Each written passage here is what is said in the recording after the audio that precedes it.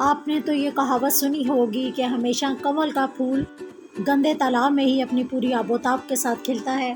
तो इस तरीके से हम भी आज वेस्ट बॉक्सेस, हैंगर्स और कुछ ऐसे घी के जो डिब्बे होते हैं उनको लेकर कुछ ऐसे कीमती ऑर्गेनाइज़र बनाएंगे जो आपकी ज़िंदगी को करेंगे बेहद आसान और आपकी मुश्किल को करेंगे हल। बिस्मिल्लाहिर्रहमानिर्रहीम। अस्सलाम वालेकुम। इब्तिसाम क्रिएटिव पावर में आपको खुशामदीद है। Welcome to my channel. हमेशा खुश रहें, आबाद रहें।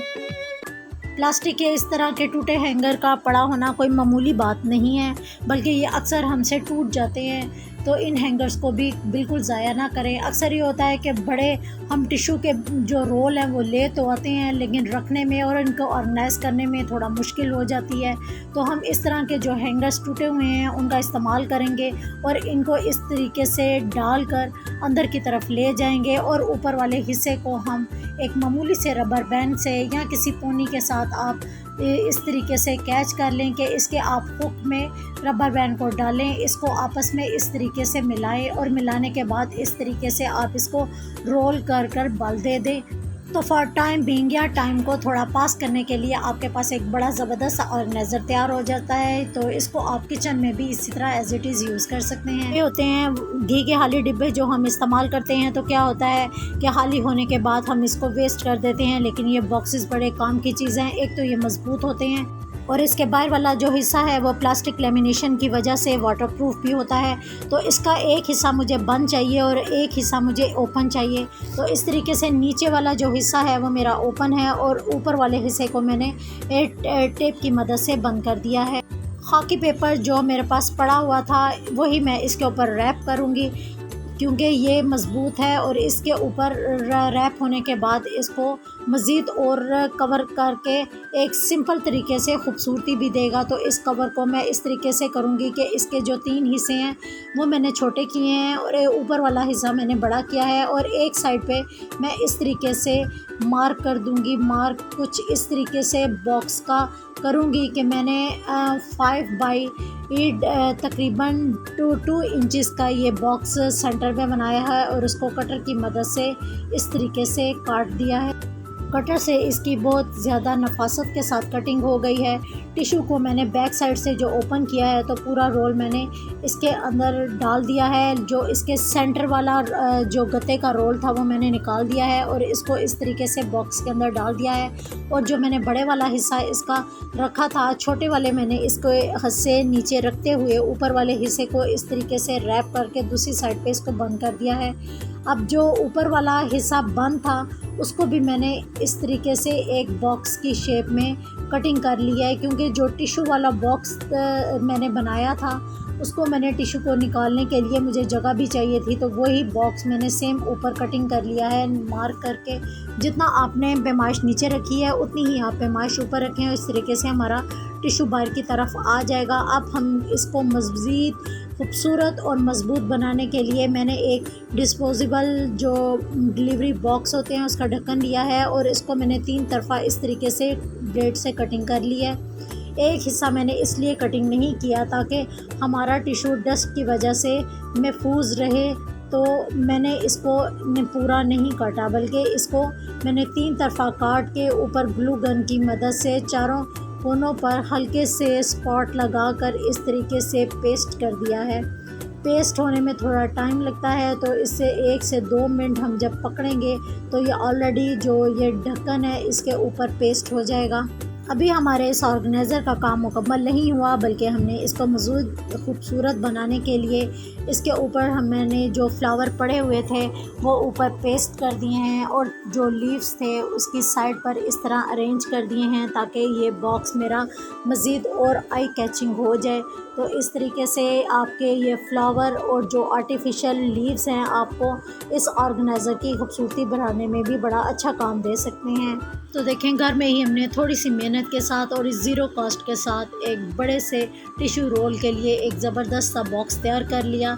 इस तरीके से मैंने जो नीचे वाला हिस्सा है वो हल्का सा टेपिंग इसलिए किया है ताकि जब मैं इसको टिश्यू रीफ़िल करूं तो इसको टेप को हटा कर इसको अंदर टिश्यू डाल के और अपने बॉक्स को दोबारा से लाइफ टाइम के लिए यूज़ कर सकूं। तो ये है ना ज़बरदस्त सा ऑर्गेनाइज़र जो आपको काफ़ी ज़्यादा फ़ायदा देगा। फूड डिलीवरी के जो बॉक्सेस होते हैं वो अक्सर क्या होते हैं कि हल्के से क्रैक होने की वजह से हम उनको भी फेंक देते हैं, लेकिन इनको भी मत फेंकिएगा। क्रैक होना कोई इतनी बड़ी बात नहीं है। एक मामूली से हम सॉक्स ले लेते हैं जो कि मेरे बेकार पड़े हुए थे, और इसके ऊपर वाले इलास्टिक वाले हिस्से को मैंने कटिंग कर लिया है। अब सॉक्स को मैंने सीधा कर लिया है, और सीधा करने के बाद एक हिस्से को नीचे रखते हुए दूसरे हिस्से को मैं ऊपर ले आऊँगी, और इस तरीके से पूरे बॉक्स के ऊपर मैं ये सॉक्स को चढ़ा दूँगी। और चढ़ाने के बाद जो कि एंड वाला इसका एज होगा उसको अंदर की तरफ इस तरीके से आप फोल्ड करें, जिस तरह आप मूवी में देख रहे हैं। तो ये पूरे का पूरा मेरा बॉक्स सॉक्स के अंदर फोल्ड हो जाएगा। आप एक कैंची नोकदार लें और कैंची की मदद से इसको काट लें। सेंटर से मैंने इस तरीके से काट दिया है। अब जो इसके कॉर्नर्स हैं वो मैं किस तरीके से फाइन बनाऊंगी, तो मैंने ग्लू गन ली है और एक मैंने पेन की मदद ली है, क्योंकि ग्लू गन काफ़ी गर्म होती है। और सॉक्स का क्योंकि नायलॉन फैब्रिक होता है जिससे हमारा हाथ जलने का डर होता है, तो इस तरीके से आप एहतियात कीजिएगा कि आपके हाथ पे कोई कट वगैरह इस तरह का ना लग जाए। तो इस तरीके से देखें, इसके जो कॉर्नर्स हैं मैंने चारों तरफ से फ़ोल्ड कर दिए हैं। फ़ोल्ड करने के बाद जो इसका वो वाला हिस्सा था जो एंड पे रह गया था उसको भी मैंने अंदर की तरफ फ़ोल्ड कर लिया है। तो मेरे पास ये 2 बॉक्सेस इस तरीके से तैयार हो गए हैं। इस टूटे हुए एक और हैंगर मेरे पास पड़ा हुआ था, उसको मैंने ले लिया है, और जहाँ पर मैं मार्क कर रही हूँ सेम इसी तरीके पर आप मार्क इसको करें, और मार्क करने के बाद इसको गर्म नाइफ़ की मदद से काट लें। अगर आपके पास कोई शार्प कटर है तो आप उससे भी इसको काट सकती हैं। इसके बाद मैंने 2 लिड ली हैं बॉटल की, और उसके एक मैंने बॉक्स के नीचे इसको पेस्ट कर दिया है, क्योंकि मुझे इसकी ज़रा हाइट चाहिए थी। तो उसके बाद मैंने हैंगर जो मैंने कटिंग कर दिया था, एक कटिंग हैंगर को मैंने इस तरीके से एक साइड पे लगा दिया है, और एक ग्लू गन को मैंने लंबाई के रोक पर बॉक्स के लगाते हुए दूसरी साइड पे दूसरे हैंगर को इस तरीके से लगा दिया है। और जो कैप वाला हिस्सा था वो मैंने नीचे रखना था, तो इस तरीके से जो गोल वाला हिस्सा है उसको भी मैंने नीचे से ग्लू गन लगाकर जो कैप वाला बॉक्स था उसमें मैंने रखते हुए इस तरीके से हैंगर को इसके ऊपर पेस्ट कर दिया है। तो ये हमारा एक ज़बरदस्त सा बिल्कुल लो कॉस्ट के साथ जो है हमारा ऑर्गेनाइज़र तैयार हो गया है। मज़ीद इसको खूबसूरत बनाने के लिए मेरे पास एक लेस पड़ी हुई थी, वो मैंने इसके ऊपर ब्लैक कलर की लेस लगा दी है। और अब हम इसको क्या करने जा रहे हैं, तो हम एक फ्लावर जो मैंने अपने हाथों से ही बनाए हुए थे, इसके सेंटर में मैंने मिरर लगाया हुआ है, और इस फ्लावर्स को मैंने इसके ऊपर ही पेस्ट कर दिया है। पेस्ट करने के बाद आर्टिफिशियल लीफ हम इस पर साइडों पर अरेंज कर देंगे, और एक फ्लावर इसके तवाज़न को कायम रखते हुए नीचे भी लगाएंगे, और उसके साथ भी एक लीव्स लगा देंगे। तो देखें हमारा कितना ज़बरदस्त सा खूबसूरत सा ऑर्गेनाइज़र बिल्कुल वेस्ट मटेरियल के साथ तैयार हो गया है। आप भी ये ऑर्गेनाइज़र बनाकर अपने इस्तेमाल में लेकर आएँ। इसमें आप अपनी ज़रूरत की हर चीज़ रख सकते हैं, मोबाइल एक्सेसरीज़ हो गई या चार्जर्स, हैंड फ्री वगैरह जो कि आप सोते हुए लेते हैं और आपको ज़रूरत होती है तो अपने बेड की साइडों पर रख लें। और ऊपर वाले जो हिस्से हैं वो भी मैंने वेस्ट नहीं किए, बल्कि इनके तारों की बाइंडिंग के काम में ले आऊँगी, और इस तरीके से अपनी जो डाटा केबल्स वगैरह या हैंड फ्री वगैरह होंगी उसको मैं इसके साथ रोल करके ये भी अपने बॉक्सेस में मैं अरेंज कर लूँगी। तो देखें मैंने कोई भी चीज़ को वेस्ट नहीं किया, बल्कि हर चीज़ आपके इस्तेमाल में आ गई। एक छोटा बॉक्स मैंने ले लिया है इसकी और मज़ीद मजबूती बढ़ाने के लिए, और इसको मैंने रख कर अपने बेड की साइड पर रख दिया है। मैं उम्मीद करती हूँ कि मेरा ये ऑर्गेनाइज़र आपको पसंद आए होंगे, तो दुआ में ज़रूर याद रखिएगा। मैं उम्मीद करती हूँ कि आप इसके बाद बाज़ारों का रुख नहीं करेंगे और महंगे महंगे ऑर्गेनाइज़र नहीं लेंगे, बल्कि ये तमाम चीज़ें अपने घर में ही बनाएंगे।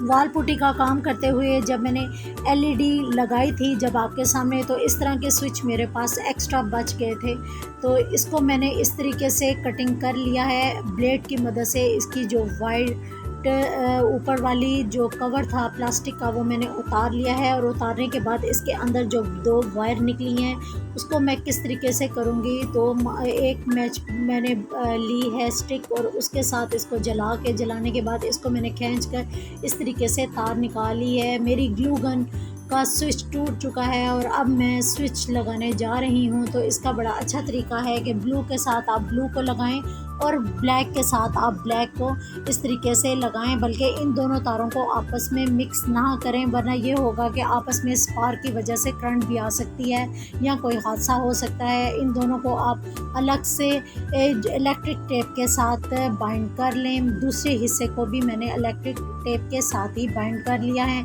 इस तरह के छोटे छोटे काम आपको बताने का मकसद ये होता है कि आपके पैसे भी बच जाएं, आपके टाइम भी बचे और आप ये छोटे छोटे से काम खुद घर में कर सकें। इस तरीके से दोनों जो मैंने जोड़ लगा दिए हैं, अब दोनों को मैंने अलग अलग से दाएं और बाएं करने के बाद इसको दोबारा से मैंने टेप इलेक्ट्रिक लगा दी है। अगर आपके पास इलेक्ट्रिक टेप नहीं है तो आप इस तरह के मास्किंग टेप भी यूज़ कर सकती हैं। तो मेरा जोड़ लग चुका है और देखिए मैंने इसको तार के साथ लगाकर अपनी ग्लू गन को बिल्कुल परफेक्टली ठीक कर दिया है। तो आप भी इस तरह के छोटे छोटे काम खुद घर में कर कर अपना टाइम और पैसा दोनों बचा सकती हैं। तो दुआ में ज़रूर याद रखिएगा। अल्लाह हाफिज़।